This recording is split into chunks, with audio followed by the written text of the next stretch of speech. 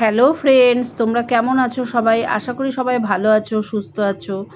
আজকে একটু চাল কুমড়ো নিয়ে এসেছিলো বাজার থেকে, তাই ভাবলাম চাল কুমড়োটাকে ইলিশ মাছের মাথা দিয়ে বানাই। তার জন্য ইলিশ মাছের মাথাটাকে ভেজে তুলে রাখলাম, আর চাল কুমড়োটাকে খোসা ছাড়িয়ে প্রথমে ধুয়ে নিলাম, তারপরে জিরে জিরে করে কেটে এটাকে রেখে দিলাম।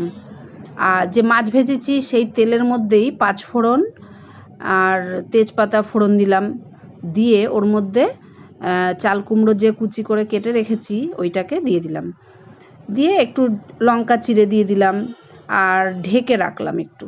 তারপরে এটা ঢাকনা খুলে একটু লবণ দিলাম, একটু হলুদ দিলাম, আর জিরের গুঁড়ো দেবো একটু, আর মিষ্টি দেবো সাথে সাথে একটু মিষ্টি দিয়ে তারপরে আবার ঢেকে ঢেকে এটাকে বানাবো। যখন দেখবো আবার অনেকটা বেশ পরিমাণ গলে গেছে, তখন মাছের মাথাটাকে এর মধ্যে দিয়ে দেবো, দিয়ে আবার খানিকক্ষণ করতে হবে, কারণ এটা জল যতক্ষণ না শুকায় ততক্ষণ এটাকে নাড়তে থাকতে হবে চাল কুমড়োটাকে।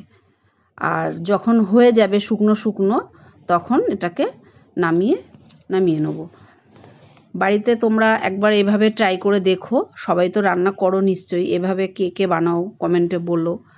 আর যারা এভাবে না বানাও তারা একবার এভাবে বানিয়ে দেখো, যদি ভালো লাগে কমেন্টে অবশ্যই জানাবে। আর পাশে